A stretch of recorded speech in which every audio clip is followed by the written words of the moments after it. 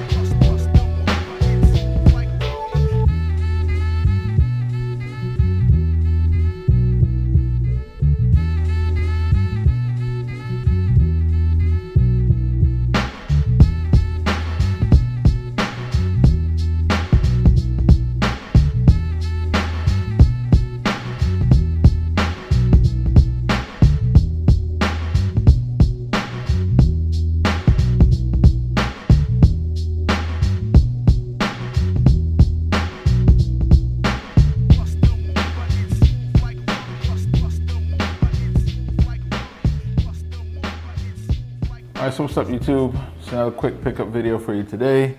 As usual, best way to support the channel if you're a sneaker aficionado like myself, just give me a thumbs up if you like the video, comment down below, subscribe if you haven't already, and always share it with the other sneakerheads. So today we have the Air Trainer 1 and the original Chlorophyll colorway. I wasn't checking for these initially. So I know they had gotten announced a while ago that they were coming back, and I wasn't on the radar, I wasn't checking for them. And I was always aware of these shoes though, just because I'd seen old pictures of Mike wearing them. So anything that Mike wore and we have record of, I'm aware of it for the most part. Of course, I'm sure there's always other things that, will pop up that I hadn't seen that's new. But for the most part, there's like a very prominent picture where he's sitting in a locker room. I don't remember if it was in Boston. I don't remember where it is. But he's got like a white hat on, and these are sitting like on a counter behind him. And I think there's some other pictures with him wearing them on feet. So I was always aware of this shoe. But once again, like I was such a Jordan head and basketball head, where whether it's Nike basketball or Reebok Iversons and Kobe's when he was with Adidas or when he got to Nike. A lot of these other shoes, runners and trainers, it took me a long time before I actually started getting interested in them enough to actually buy them. So it wasn't even until like the late 2000s, like 09, 2010-ish, when I actually started buying, runners and Air Maxes and stuff. And then the trainers, I guess I could say really up till now, the only trainers I really had some Kobe trainers back in the day. And that's kind of been about it for the most part. So this is a new foray, a new territory for me as far as my sneaker collection kind of expanding a little bit. But this for me, I think was a must cop because this is the first trainer, Nike trainer, Air Trainer 1, designed by the immortal Tinkle Hatfield, of course.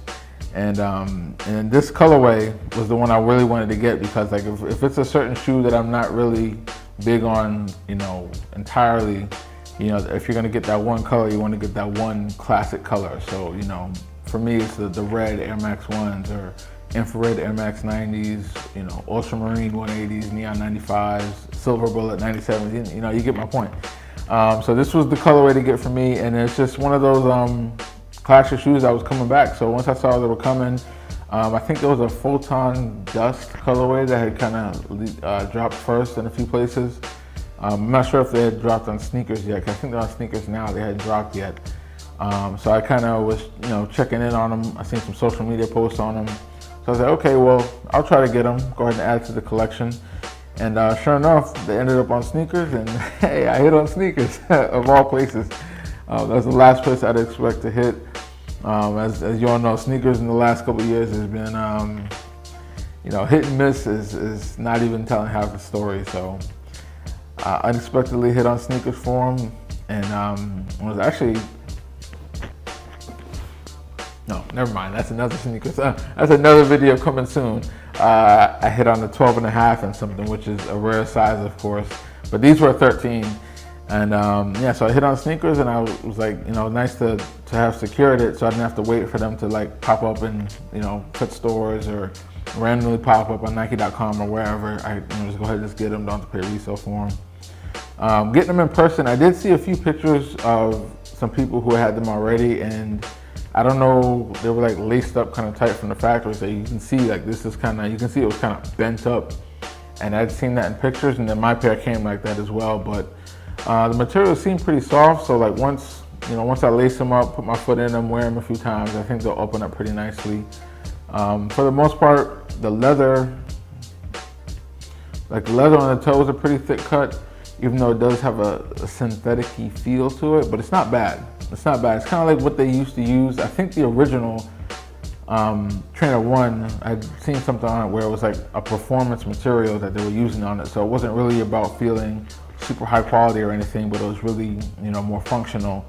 So that's kind of what this feels like. I feel like it'll be a functional material. It doesn't feel like something like, oh, this is, crazy nice, but it does seem like it would work for if I was actually going to go and try to, wear these to the gym or try to do whatever in them.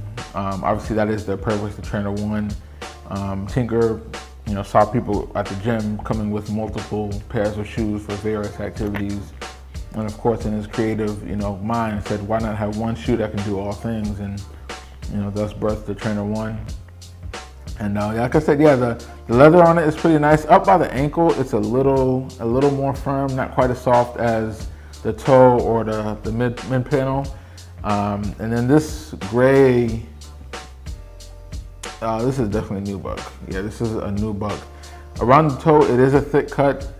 And yeah, around the ankle, everywhere it's used, it's a pretty thick cut. And you can see here, like it's actually where it was laced. I'm not sure, I got the camera a little further than normal, but it's kind of creased, and you can see it was kind of creased up, but that's like a nice, a crease that would happen in like some quality material. And even then, once I go to move it, it's pretty soft. So yeah, it's a really soft material. Seems nice to me. I don't have complaints with it.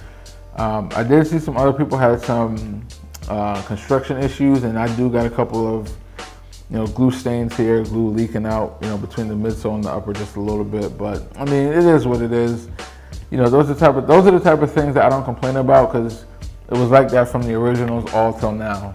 I complain about things that are decisions, like the leather and materials that they choose to use for a shoe. That's a decision. That's not a mistake. Glue stains and stuff, that just happens during construction. That's a mistake. They're not trying to do that. It just kind of happens that way. They're a mass-produced product. So that's not something in my view is worth complaining about unless it's really excessive, like a defect. But no, these are really nice. I'm hoping they're pretty comfortable. This midsole is polyurethane, and it's weird because I was kind of squeezing on it, and it's soft. Like near the back quarter right here, it's pretty soft. But when you get to like the midfoot parts of it, it gets really firm. So I'm not sure exactly what that's about. I know there is an internal air unit there, so I'm not sure if that's just how it's supposed to be or whatever. But a little concerning. I've had too many nightmares dealing with hard polyurethane over the last 15 years, since they started changing it. But I'm definitely glad I picked these up, man, just to add to that collection. And like most likely, I'm not checking for any other colors. I just wanted this main classic color for this shoe. It's like I said, it's my first time owning the shoe, period. So I just wanted to have that classic color. So yeah, that's pretty much gonna be it on that one, on these. Good luck to any of you who are still gonna be waiting for these to hit stateside and in store, not just on sneakers. yeah, that's pretty much it. I want to keep this video short. So yeah, if you like the video, just hit that thumbs up button for me. Subscribe if you haven't already. Drop me a comment. What do you guys think? Chlorophyll Air Trainer 1. Peace out.